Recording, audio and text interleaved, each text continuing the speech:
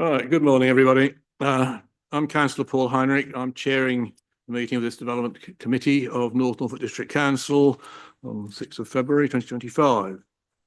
For those who haven't attended one of these meetings before, the officers who provide and present our reports and offer technical advice sit either side of me, top table. In front of me in the central area sit the members of the committee who will be making decisions on the items on the agenda. Could officers please introduce themselves? Good morning, everybody. My name is Jeff Lyon. I'm the Development Manager.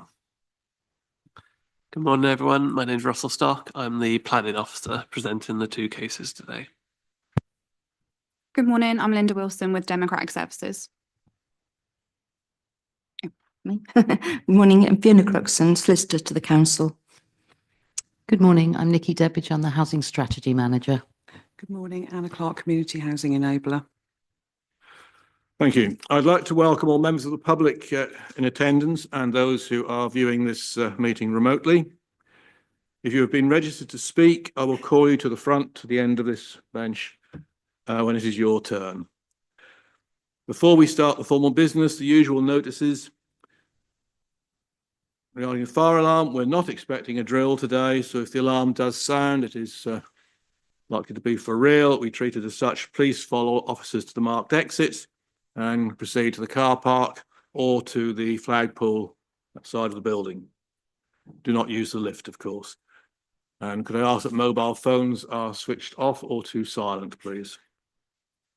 If we need to, we'll take a short break around 11. And if we do so, just please, the public remember they should not be speaking to members of the committee during any break. And toilets, if you haven't found them already, are out in the foyer.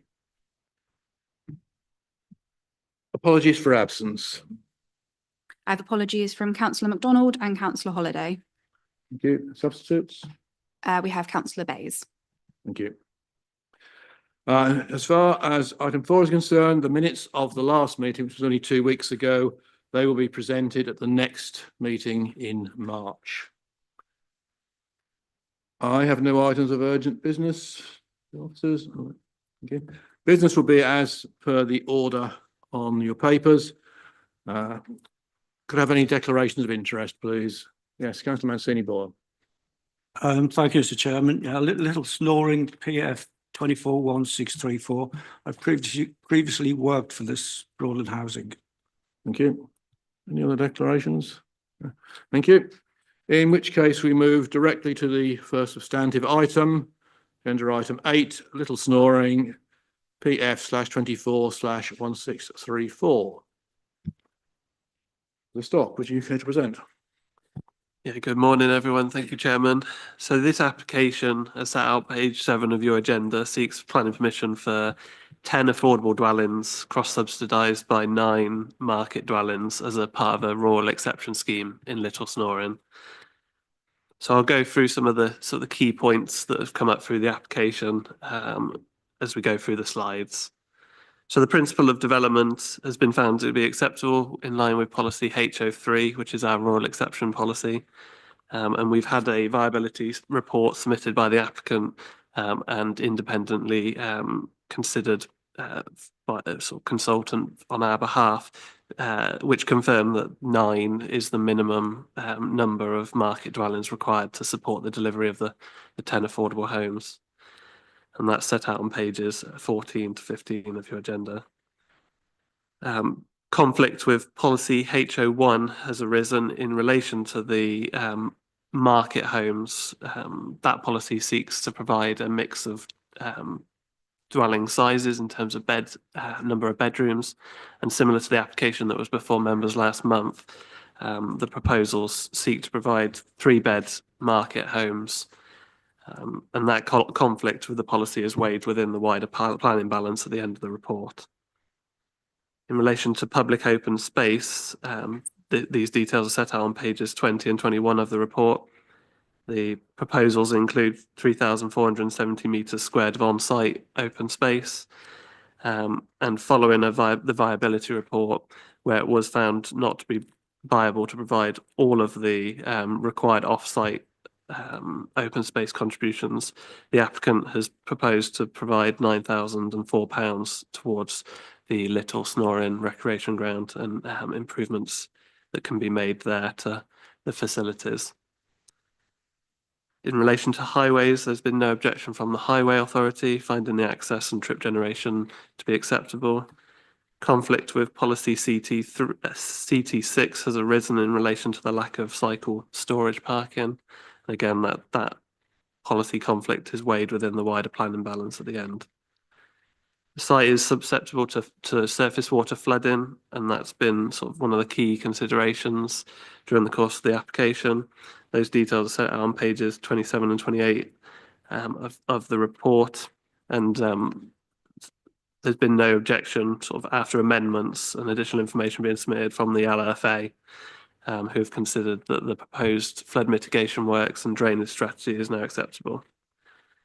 So the planning balance set out on pages 31 and 32 highlights that the tilted balance as sort of set out in paragraph 11D of the NPPF is in play for this application.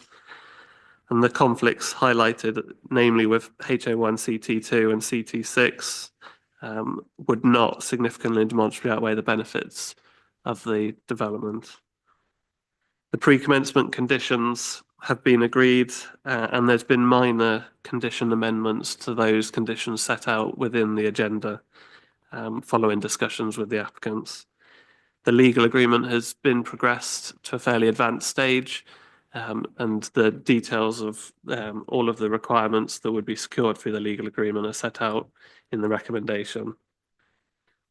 So the recommendation is for approval, subject to that legal agreement securing those obligations, and the conditions and minor amendments to those conditions are set out in your agenda.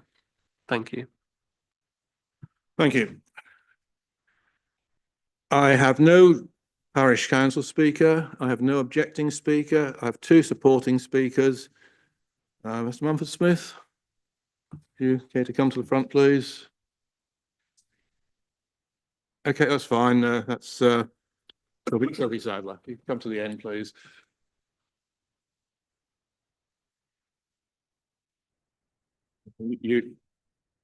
Are you the sole speaker, or you're splitting it? Okay, so you have 3 minutes then.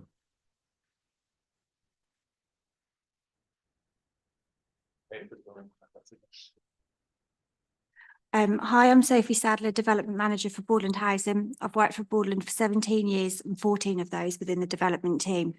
We provide almost 6,000 quality homes across Norfolk and North Suffolk, with 564 of these in North Norfolk. We pride ourselves on helping create thriving communities.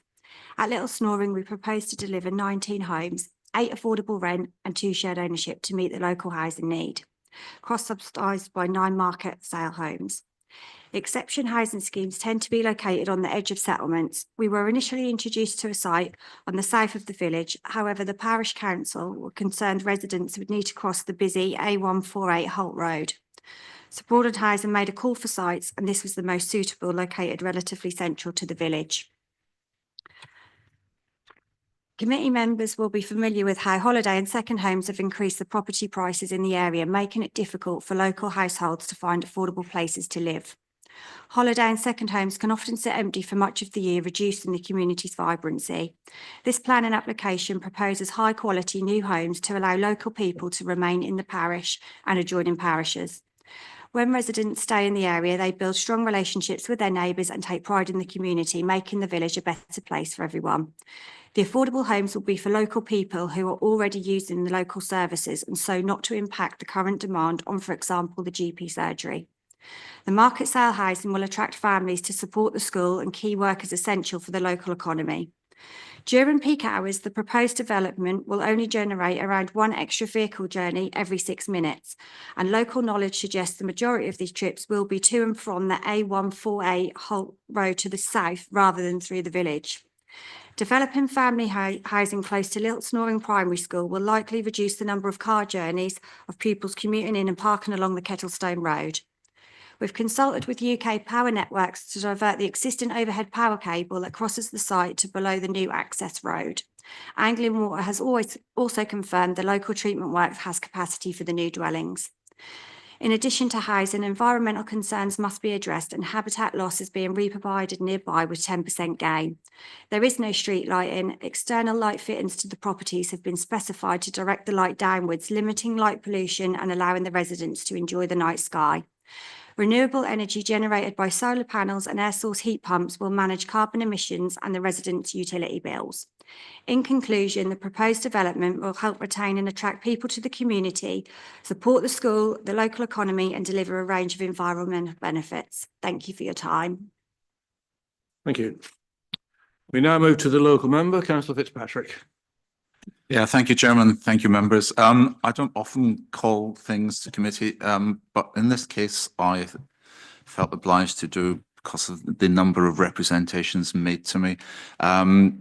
Obviously, some of these are things that could be conditioned out, but I think people wanted this heard. So one of the things that said to me was it was development on the plot. They felt it was too small for the number of houses. Also it was the third that had been proposed for little snoring in years, and people felt that the village was being expanded in the wrong part of the village. They felt the infrastructure wouldn't support what was there. I get a number of representations on the loss of greenfield amenity land, and particularly the loss of the hedgerow which runs along the current field, although I do note that there is extra planting there. Felt also that representatives outside the envelope of the village boundary be more light disturbance, and a number of people got in touch with me about traffic safety due to the increased traffic on the roads around the primary school. At the moment, there is a problem parking there as well, and there's no pavement proposed adjacent to the site as well at the time that it was put in. I do always take the view that sometimes one person's perfect development is another person's worst nightmare. But and I am aware of the fact that it will bring 10 affordable homes. So I think asking the committee really to condition that to take into account the objections being received. There's been, I think, 7 or 8 other objections, and really not so much for the principle per se, but the fact where it is and the fact that they want to see mitigation to ensure that it doesn't overload the village and exacerbate the existing parking problems. So that's. Thank you. Before we just move on, Councillor Hankins, just have to remind you that you're not unable to vote or speak on this item as you've arrived after it has started. Okay, members. Yes, Councillor Hathaway.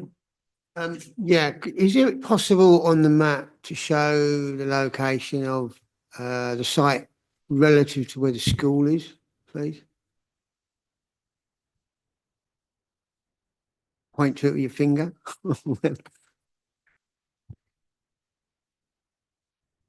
Yeah, so that plan there shows the school. So the school is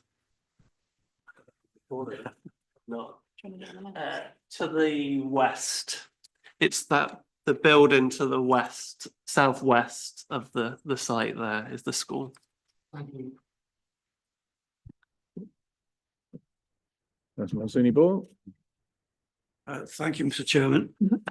Excuse me. It's just a question to Officer Stock. On page 25, I noticed that there's a electrical vehicle charging points. You're looking for more information on that. It says you're awaiting more information. Have you had that now? It's on page 25. Yes, I think those details are going to be secured by condition. So it's just the details of the appearance of those units and securing provision for each of the plots is secured by condition. Okay. I can find which number condition. If you give me a Thank you. second. That's me. Thanks very much.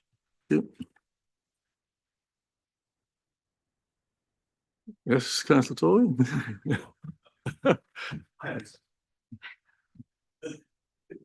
Well, it almost should be a line item in the in the agenda. Thank you, Chair.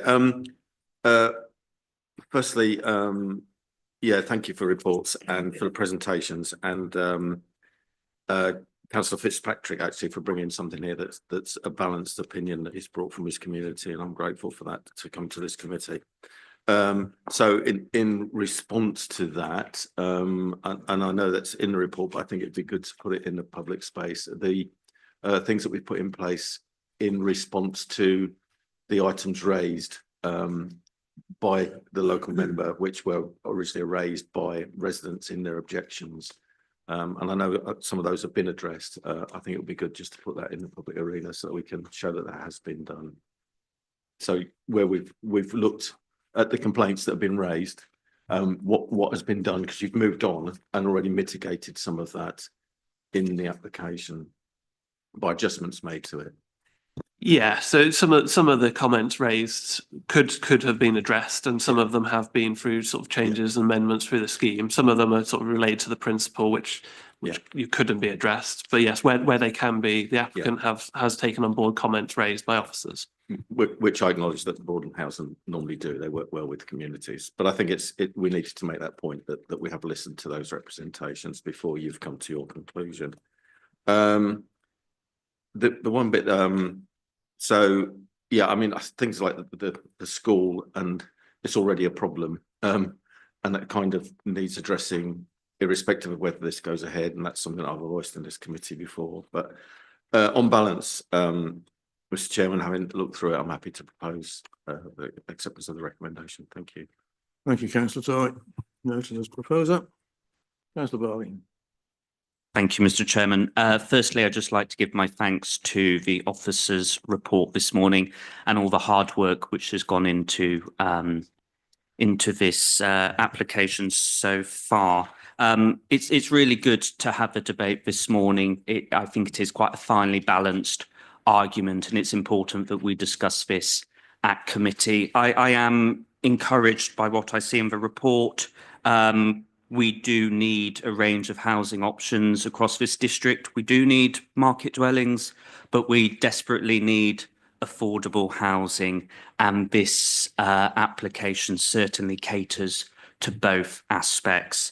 Within the report, it does state that this parish is a small growth village. It does have those key facilities there. I'm really pleased to see the eco credentials, good fabric first measures, the air source heat pumps and the PV panels. It's really important we have those measures in place. Obviously, it will help towards the 2045 net zero pledge.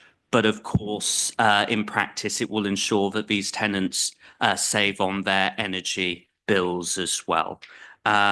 So in light of all of this, I am happy to second the officer's recommendation, Mr. Chairman. Thank you. Thank you, councillor.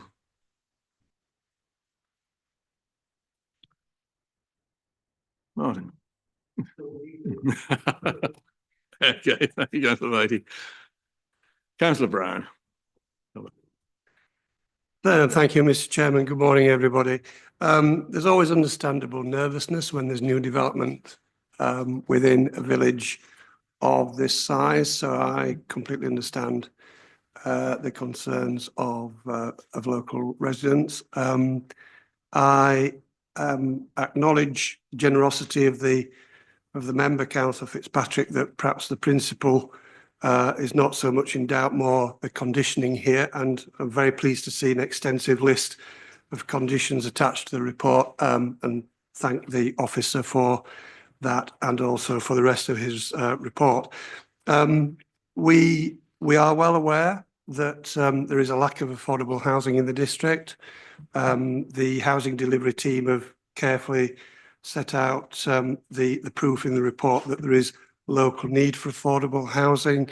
It's rare that we get more than 50% affordable on any development, and we have it here with 9 market and 10 affordables. I note in the report that from the consultees there is very little objection from any consultee, and therefore I am quite happy to support the officer's recommendation this morning, Mr. Chairman.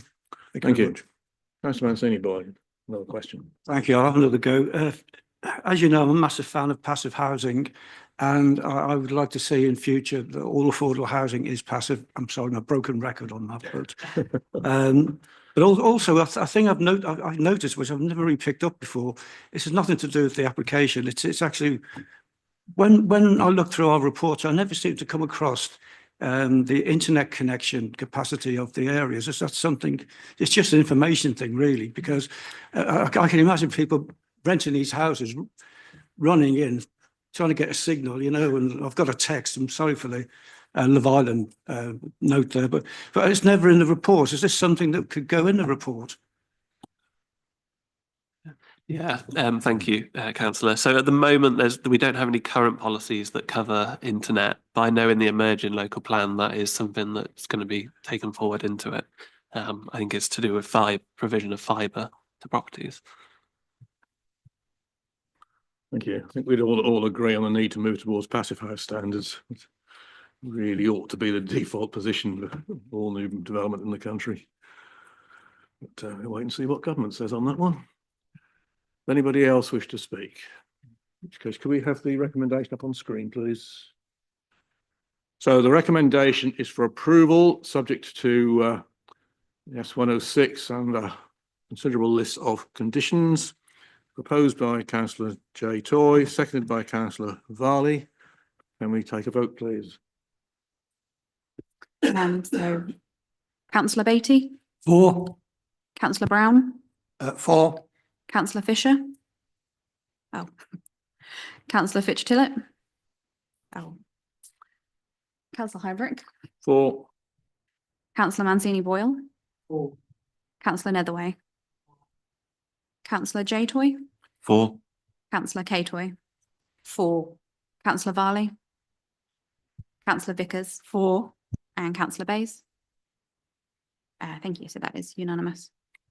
Thank you. The application is approved. We now move on to our second substantive item of the day. Chroma PF/24/2341. Mr. Stock, you're starting again.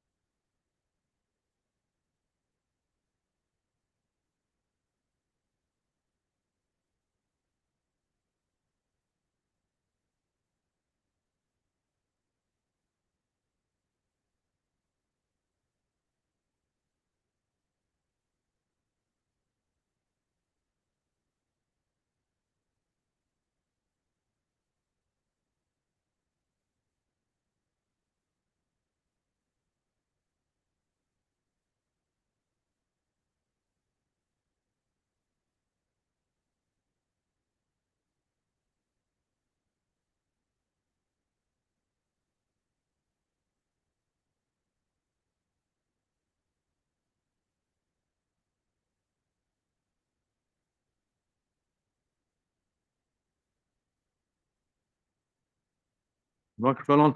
Yeah, Officer Stock, could you present on? Yeah, thank you, Chairman. So this application is for the erection of 2 buildings containing 5 commercial units with use classes falling within ECI, financial services, EGI, offices, ED, indoor sport, recreational fitness, and B8 storage and distribution. So the application is located next to existing agricultural and commercial units, as you can see on the screen there. The application has received a number of objections from consultees as set out through the report, and the issues relate to principal impact on the town centre, uses, highways, heritage, drainage, ecology, trees. So there's a number of issues that have been raised. Having considered all of these and considered it against the benefits of the application as set out in the planning balance section of the report, it's considered that the the harms outweigh the benefits being put forward at this stage. So the recommendation for the application is to refuse permission, and the reasons are set out on pages 65, 66 and 67 of your report. We go through, have a quick look at you're going to see in the site here with the photos from different viewpoints. So the site is contained fairly well within the sort of valley bottom setting there, and you can see there are trees, mature trees surrounding the site to the south and to the east along the Hall Road.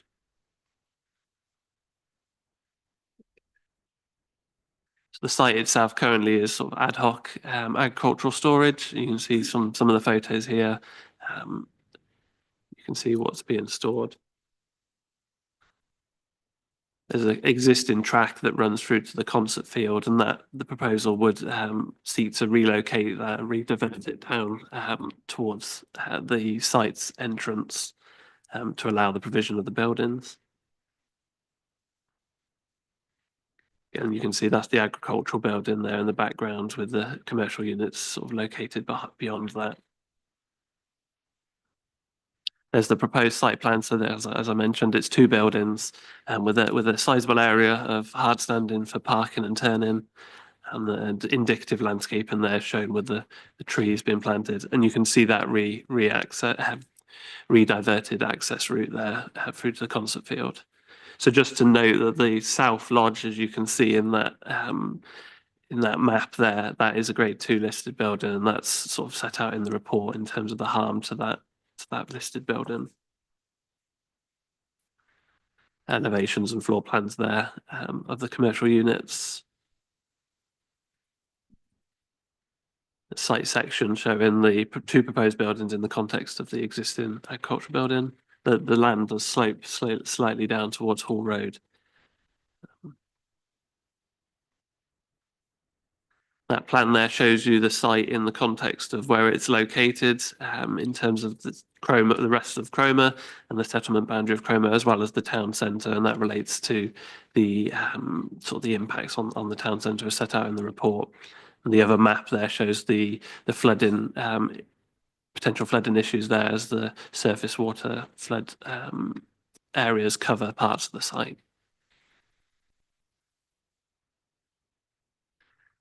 You won't be able to read it, but that's the recommendation there, and the reasons for refusal are set out. So it's recommended for refusal.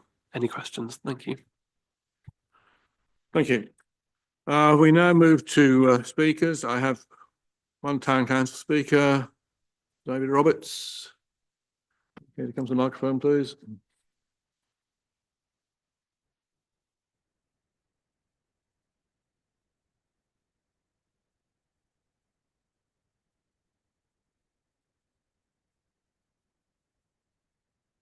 Good morning.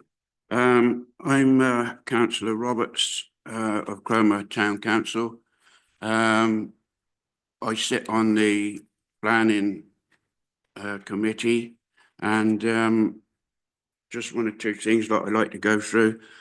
Cromer Town Council asked in support of this application because the units what are planned to be built on there are really vital for small businesses in Cromer. If you've got a business with 4 or 5 people, these units are vital because you gradually you're gradually building up your business, and you're looking for somewhere else to go. There's nowhere else in Cromer which is available at the moment for this type of unit for people to move into. So people are actually going towards Holt, North Walsham, Sheringham, or roundabout. If you've got a business what's, say, Cromer such and such, this doesn't want to be located in North Walsham or Holt. But I think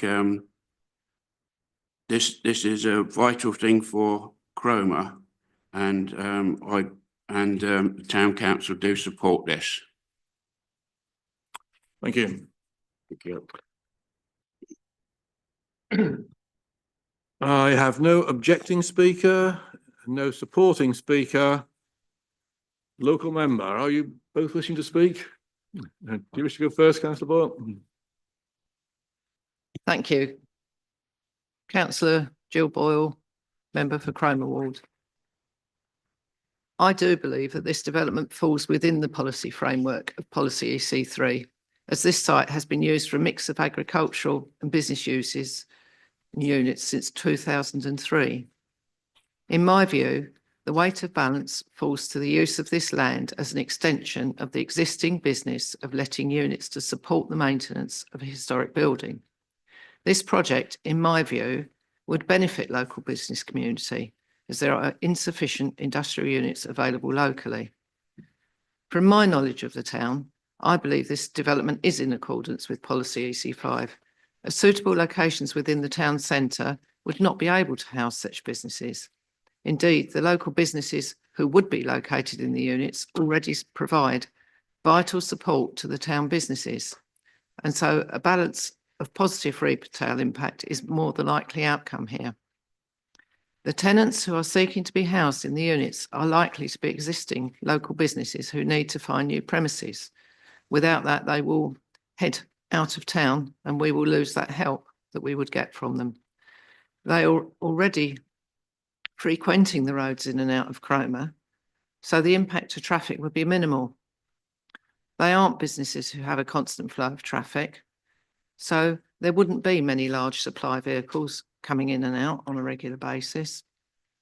I walk this area frequently and I'm familiar with the surroundings, and I believe that the area is already fairly well concealed by trees and vegetation. This land has been used for parking various pieces of machinery over the years. It's not a piece of land that is full of vegetation and wildlife. It will also ensure the future of long-standing local businesses who will no longer have a base in Cromer due to the shortage of available units. The historic environment section of the report states it is acknowledged that this site is perhaps not in the best condition as it stands, previously having been used for ad hoc informal agricultural storage. This land is not being used currently to its full potential, aesthetically, environmentally, or utilitarianly at the moment. The proposed units, I believe, would be of benefit to the proposed site and the local area. The current use of the site is not visually attractive, and the intended use would therefore not be detrimental. I feel that with sympathetic screening and a well-maintained pair of units with parking behind a screen, it would not look worse than the current agricultural machinery stored there. Historic buildings and places raises concerns that the impact analysis on the nearby buildings has not been provided. However, with the well-screened area in a dip, it's unlikely to have significant impact in my view. With more planting, it would not be majorly visible, I feel. Thank you for your time. Thank you. Councillor Adams. Thank you. Yes, Councillor Tim Adams, t'other Cromer member. So first of all, I wanted to say that one of the 5 units already has permission. There's foundations in the ground, and like Jill, I strongly believe the application does accord with the relevant EC economic policy. Personally, I see it very much as an expansion of the existing enterprise, in this instance, a small enterprise zonal park. The development will support the growth of one business certainly, and is needed as a home for several other businesses who are seeking alternative premises as a result of their existing premises no longer being available. Obviously won't mention their names because that's commercially sensitive, but these are household names in Cromer in terms of who they are, what they do, etc. They're very well-known businesses that have been very long-standing. And as Councillor Dave Roberts, Hubber, as I know him as, alluded to earlier on, you know, the names are Cromer and then the business in certain instances, so that they really should be based here. I also firmly believe that the development would align with the economic objectives of the National Planning Policy Framework. The site has existing commercial and agricultural uses, and I believe it's unlikely to generate any detrimental levels of traffic. Most of these vehicles are already present on the local roads due to their existing presence in association with the envisaged tenants. Supporting a further supporting issue is of course the reduction of the speed limit that's occurring on Hall Road itself. It's being lowered to a 30-mile-an-hour limit. The site is heavily concealed in every direction by trees, shrubs, vegetation, as you've heard. And really, it's barely visible from any direction. In fact, this office is one of the nearest neighbours to this location, and I think that nullifies any concerns around the landscape impacts. It's certainly not very visible from any of the footpaths to any great extent. In this respect, I also don't believe it harms the setting of South Lodge, which is actually part of the Cromer estate itself. That's the listed building. You can just see up there on the north east corner. The listed building is already closely associated with the estate's various usage over time, and I would go as far to say say that the development actually contributes to that history itself, largely protected by the landscape, but has that history in terms of serving the agricultural estate, which is obviously branched out into commercial uses, entertainments, etc. And any impacts, I feel here far outweighed by the benefits. And as Jill said, I think the existing use of the site and its appearance certainly also needs to be weighed up here, because it is just a store area for agricultural trailers, equipment, heavily turned over ground. It's nothing that really should be protected in terms of landscaping. Cromer needs this development for a number of businesses in the town. And lastly, just to say, there's been absolutely no objections from residents whatsoever. So I hope you'll support the application today. Thank you. Thank you, Councillor Adams. Do officers wish to make any comment at this point? Okay. Members? Sure, Councillor Toy may have something to say. Well, yeah, several things actually for this one, Mr. Chairman. Firstly, obviously, a portfolio holder for sustainable growth. I know the need for these units and these types of units. Most of our business in North Norfolk is small businesses, and we need to give them the opportunities to expand. I know that there are other places in the district that are considering doing similar stuff to this. Most of those small businesses are actually rurally located, so to try and squeeze them into town is not where they need to be to work. And as has been mentioned by local members, the association with the place where they've started is really important. So moving to the planning part of it now, in a previous life, I did some driving, and I actually drove for Jarrett's who've got their coaches parked there, and that road isn't a problem. You used to go in and out of there every day down Hall Road into the town. One of the things that's done by the company is you don't go the other way out with your coaches up through the narrow roads. So in terms of planning, I see that the items raised by members, you know, in terms of ecology reports and flooding, but I do believe that we should be able to do conditioning, as we've done extensively with the previous application, to enable this to happen. We must make this happen, and so for that reason, I can't support the officer's recommendation today, because I think a lot of this can be addressed. Maybe some of it needs to be done by the applicant, but we can do that by conditioning it up front. But certainly it's a site that's well suited to do what's being proposed here. Its location, with what goes on around it, its history, how it relates to the estate and their diversification. I think this should be allowed to happen. So thank you, Mr. Chairman. Thank you, Councillor Toy. Councillor Barley. Thank you, Mr. Chairman. Firstly, my thanks goes to the case officer for the thorough report this morning. I also thank the local members for their statements. I think it's really important, actually, we get the insights to this, you know, quite contentious application this morning. Councillor Toy has said quite a lot of what I wanted to say, but I would just say this, that as a council, NNDC, we are obligated to businesses and economic development, and it's quite clear that businesses need to be where the demand is high, and it's quite clear that, you know, these businesses are in the correct location. There is the need there for Cromer and the local areas, and there's the historical aspects as well. Yes, there's some concerns over the objections here, but again, I think we could put some heavy conditions where needed. So at this time, I can't go along with the officer's recommendation. Thank you. Okay, thank you, councillor. Councillor Netherway. Thank you, Chair.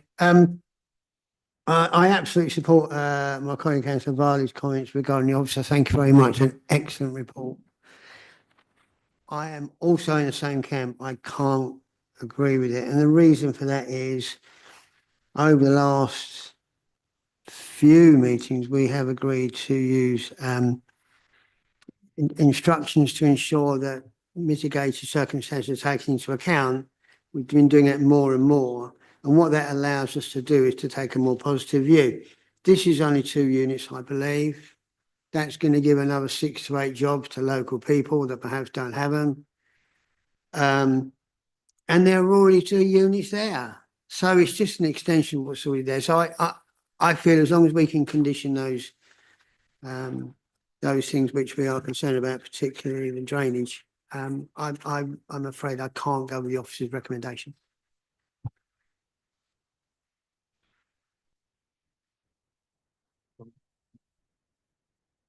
Okay, I just felt it probably a good time to come in on this one, just to kind of for you to understand why we've made this recommendation before you today. So we brought this application fairly early on for determination because we considered there were so many issues where we had a lack of information from the applicant that actually we couldn't support, and in some cases we couldn't lawfully support the grant of planning permission. Now, most of the applications that we have, we require minimum expectations of information to support or justify a particular scheme. And in this case, and that's what's led to the long, lengthy list of reasons for refusal, is because we are absent a lot of information that we would normally expect to see to accompany a planning application like this. So there's lots of information that we don't have that prevents us from reaching a sound planning conclusion. And there's a long list there. So there's ecology issues, there's trees, there's issues on flooding, there's highway issues still to be addressed, and obviously heritage issues to consider as well. So we weren't provided with the level of information that we would normally expect to see. And actually, Councillor Adams has probably given us more economic information that we had this morning than we had from the applicant in their submission. So I do get the sentiment, but if we're going to make issue a decision, it has to be on sound planning grounds. And I wouldn't want a subsequent decision to be challenged because we have made a decision absent the necessary information to make that decision.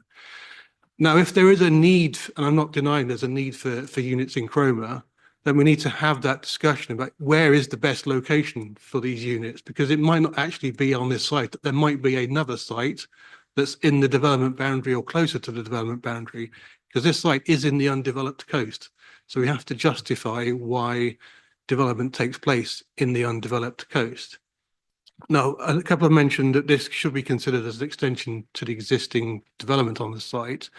That policy, that's policy EC3, and that's really directed at those sort of businesses that are in isolated locations that we don't want to see lost, but need to expand. So we can all think of examples in your wards of small businesses that have expanded to stay on the site. This policy doesn't really fit this scenario. This is in effect a new, and it's 5 commercial units that we're talking about here, not just 2. It's in effect a new build employment area we're creating on this site. It's not an extension to existing businesses. So that's really the background as to why we've made this recommendation before you. Obviously, you as a committee, this is our recommendation to you. You can depart from that recommendation, but clearly absent some of the information that we need, we don't feel it would be a sound decision to make a decision of approval today. However, members could agree to defer the application whilst we seek some of that information that we feel we need to enable that positive decision to be made. I'll leave it at that. Thank you.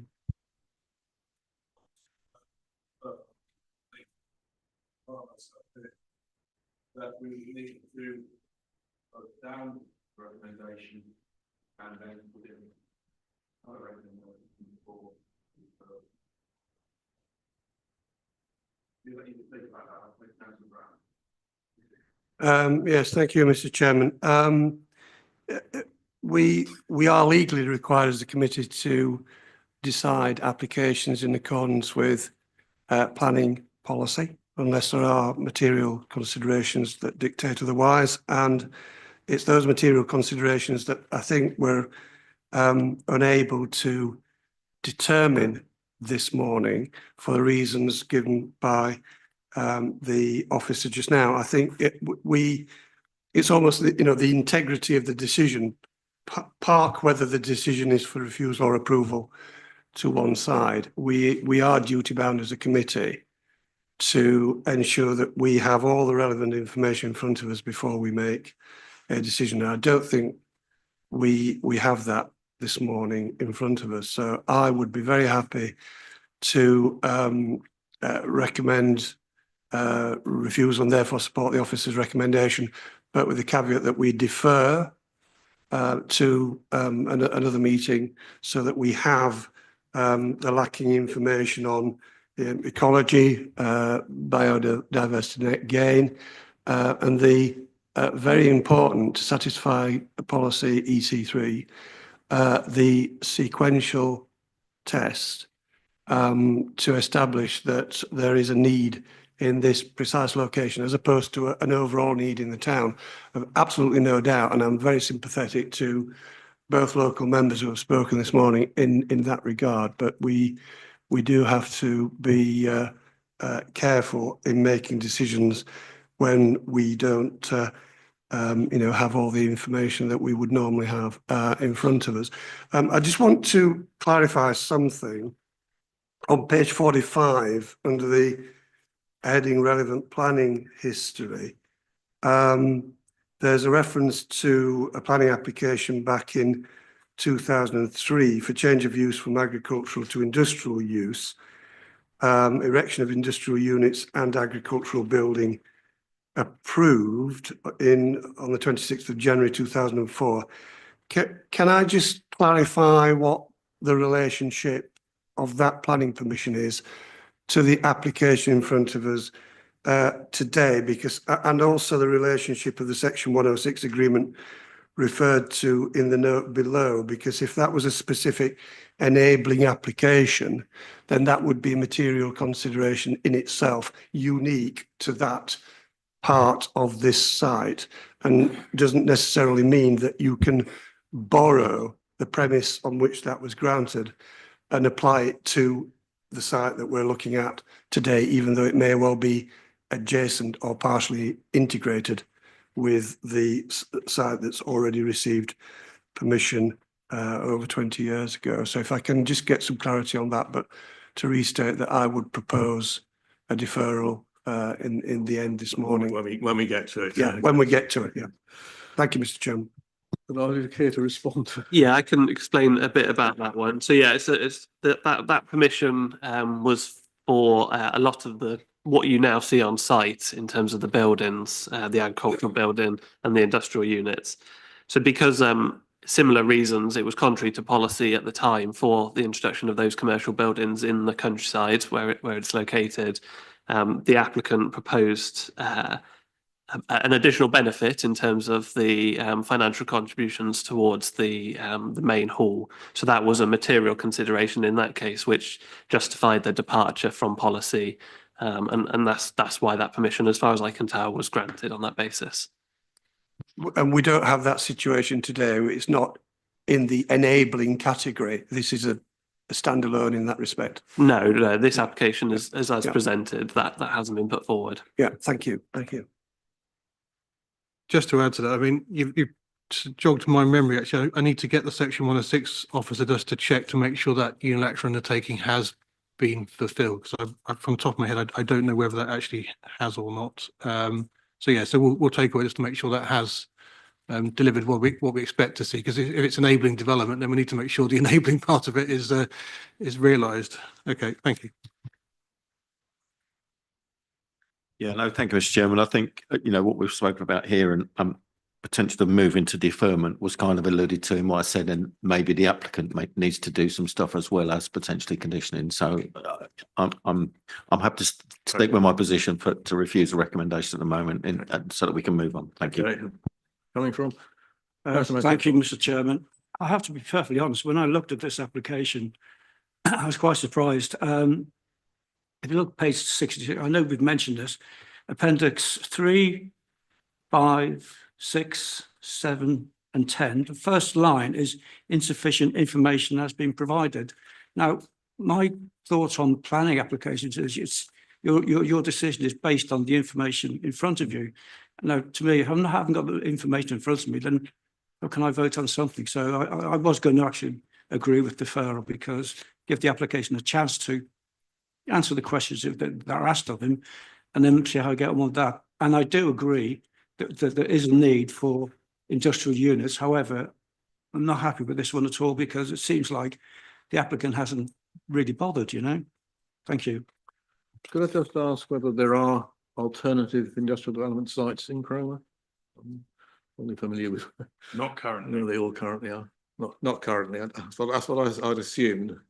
So, I mean, I don't know if it helps, but obviously a sequential test could obviously be carried out that would help prove that. I've got no concerns whatsoever in terms of trees, landscape, B&G, because we're talking about, a much larger estate here. The family is doing an awful lot in terms of net zero and ecology goals, and I can't recall seeing the site flood, I must admit. So, whether that's another issue, as I alluded to briefly, I think some of the highways concerns are sort of mitigating themselves in a sense, and it's nothing to do with the applicant, but there is a traffic regulation order submitted for a speed limit reduction there. But as Councillor Toy said, really, it's not as bad as it might seem in terms of their access, and we've got buses and things going there already.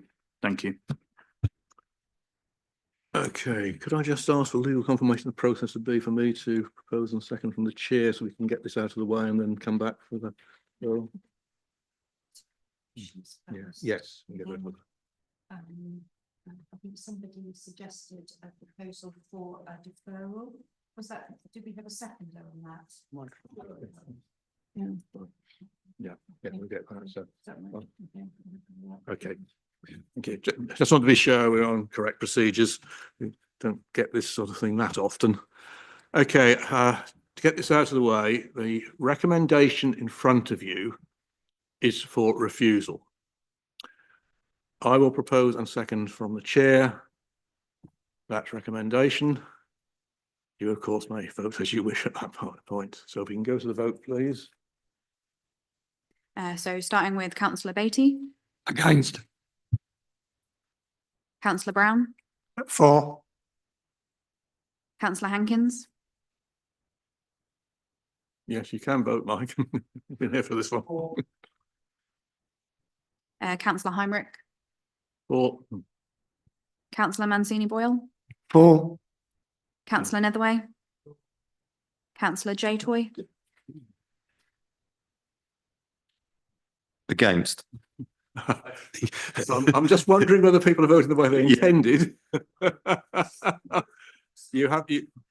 Yeah, the mind you, recommendation is for refusal. If you don't want to refuse it, you have to vote against the recommendation. I have to vote for because I've had to propose.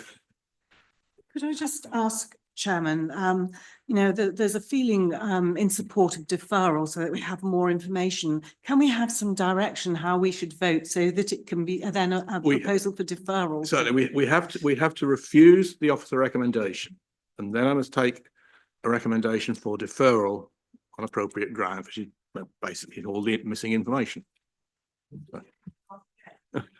Is that legal? Procedures. I think you're going to have to start again for clarity. What the recommendation is. Mike, please, because I'm breaking that. Recommendation is for refusal. The recommendation is for refusal of the planning application. And therefore, if you if you want to support that, you'll be for it. And if you don't want to support it, you will be against that recommendation. And then there's going to be an application for deferral. And then you have to vote whether or not you support that application for deferral of the application to enable more information to be sought. Thank you. So we are able to restart the vote. That's your advice. Thank you. Just want to be sure that you're getting it right, especially you, Councillor Brown. Remembering a previous vote. Thank you. So we'll start again, please. Okay, so Councillor Beattie, Against. Councillor Brown, For. Councillor Hankins, Councillor Heinrich, For. Councillor Mancini Boyle, Councillor Netherway, Councillor Toy, sorry. Against. Thank you. And Councillor Katoy. Against. Councillor Varley. And Councillor Vickers. Against. Councillor Bayes. So I have 5, 4. Yes, thank you. Okay, so the offer of recommendation is lost. Could I now please have a proposer and seconder for deferral? And could the proposer please give me the grounds for deferral? So I'm happy to propose deferral on the grounds that we have insufficient information to make a determination at this time. And that I'd like to see it come back with, as we've laid out on the recommendation from the officers, that we will get the information to make a proper decision. Okay. Councillor Vickers. Thank you. Just confirm. So just for confirmation, so we know what we're going back to the applicant with. So the list of obviously reasons for refusal have cited lack of information on certain bits. Are you happy for us to go back and ask for that, the missing information that's with us? Okay. Yep. Sequential, coastal location, all that, and we can, some of those will then come back. You've got the information. Excellent, that's very helpful, thank you.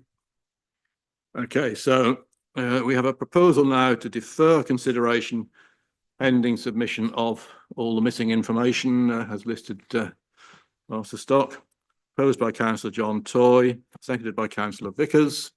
Could we vote on this one, please? Councillor Beattie, For. Councillor Brown, For. Councillor Hankins, Councillor Heinrich, For. Councillor Mancini Boyle, Councillor Netherway, Councillor J Toy, For. Councillor K Toy, for, Councillor Varley, Councillor Vickers, for, and Councillor Bayes. So that's unanimous. Okay, the application is deferred to allow the applicant to provide the information as required by officers. Thank you. Let's move on to the final items on our agenda. Agenda item 10, performance update. Looks all as we would expect.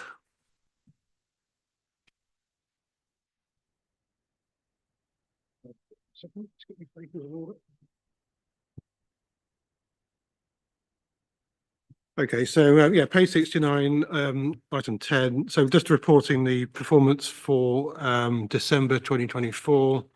So again, 24-month average performance for both majors and non-majors is still up there, very high, 100% for the majors and 97% for non-majors. And our sort of quality decisions, so the number of appeals that we get that are allowed, again, for majors, we're well below the government target of 10%, and we're well below our own NNDC target of 5%. So 1.56% is the figure so far, and just relates to one single case that was allowed at appeal. And for non-majors, again, we're well below the government's target, 0.81%. In terms of numbers coming in, new local validation list came into effect in January, so we do expect that to have a bit of an impact in terms of the number of validated applications we'll get in next month's figures. Applications nationally have gone down in terms of the numbers coming in. We had sort of generally booked that trend. We had quite a few smaller cases coming in, but I think we are starting to see a reduction in the caseload numbers for officers. Very happy to take any questions. The list of 106 obligations is attached as well. I don't know if Fiona wants to make any comments, but happy to take. Just the streets completed, so that can come off next time. Everything up to date. Thank you. Mr. Chairman. Any questions? Yes, Councillor Brown. Can I give my, it pleases me greatly to be able to do so, give my usual monthly expression of thanks to our planners. It's reads like a little bit of a late Christmas present, actually, Mr. Chairman, to be honest. So well done to our team. Thank you. Indeed. Yeah, we all support that. And Wrapped in item platinum. 11, endorsements. Yeah, so we've got the appeal section there. So it's actually this month we've done it slightly differently. We put the enforcements first rather than the planning decisions first. But you'll see we've had no decisions on there. They're all appeals in hand. And on the planning applications, so on page 75 onwards, we have actually managed to get 2 decisions from the inspectorate, and both have been dismissed. So the first case at Morston, I think this was a case where the owner of the premises had bought a fridge that was rather too large to fit into their premises, and that sort of a sort of enforcement issue ensued from there on. We had concerns about the impact of that unit on the character and appearance of the conservation area, and the planning inspector has backed us in that regard. So we'll need to consider what next steps may be appropriate for that particular development. And the scheme in Trunch, again, that's supported. I mean, we've got 17-year-old policies in the core strategy, but the inspectorate are still finding them to be appropriate and in accordance with the general aims of the NPPF. So our policies that direct development towards sustainable locations is still considered to be very relevant, and inspectors are backing us in making decisions on that. So again, another appeal that's been dismissed, supporting the council's decisions. Thank you. Thank you. Any questions? Yes, Councillor Todd. Yeah, just obviously with my economic development hat on, I know where the fridge larger is and the issues around that. But I hope that we can continue to try and work, knowing that the status of the business, that we can try and work with them. I know that's been a challenge to try and find a solution to that, and I'd be happy to engage with that process if that's helpful. Thank you. Thank you. Councillor Brown. Thank you, Mr. Chairman. I'm just looking at page 73 and see that all the listed written representation appeals are out of time by the planning inspectorate's own recommendations for determination deadlines. Is there any news coming from government that they're putting additional resources into the planning inspectorate to address this backlog, given what's going on nationally at the moment with the new government? Want to comment? Well, I'm always seeing regular recruitment processes that the planning inspectorate are going through. I mean, they're suffering the same recruitment challenges that local government is. There's a lack of experienced planning officers up and down the country, and it's just, yeah, it's an issue that we're all facing when we're trying to recruit experienced staff. I don't think the inspectorate are immune from that difficulty either. I know they've been proactively trying to fill those vacancies, but that's, yeah, there's only so many people that were available to fill those roles. I mean, the government have talked about 300 extra officers across the country. I mean, obviously that's not quite a whole person that we can employ, but that's not a huge amount when you think about the reductions that have been made across all the councils across the country over the last 10 years. More than that have been lost. So it's probably not enough to fill the void, but it's a welcome step, and we're not going to say no to additional resources if we can get it from government. So it almost seems as though the government have completely missed missed the boat as regards putting similar additional investment into the planning inspectorate then? I mean, it's supply and demand, isn't it? If you want better quality applicants for the planning inspectorate, usually have to pay more for it, don't you? So that calls into question whether the funding settlement's hitting the right areas. I suggest it isn't. Thank you. If there are no further questions for officers, I'll close the meeting at 10:35 and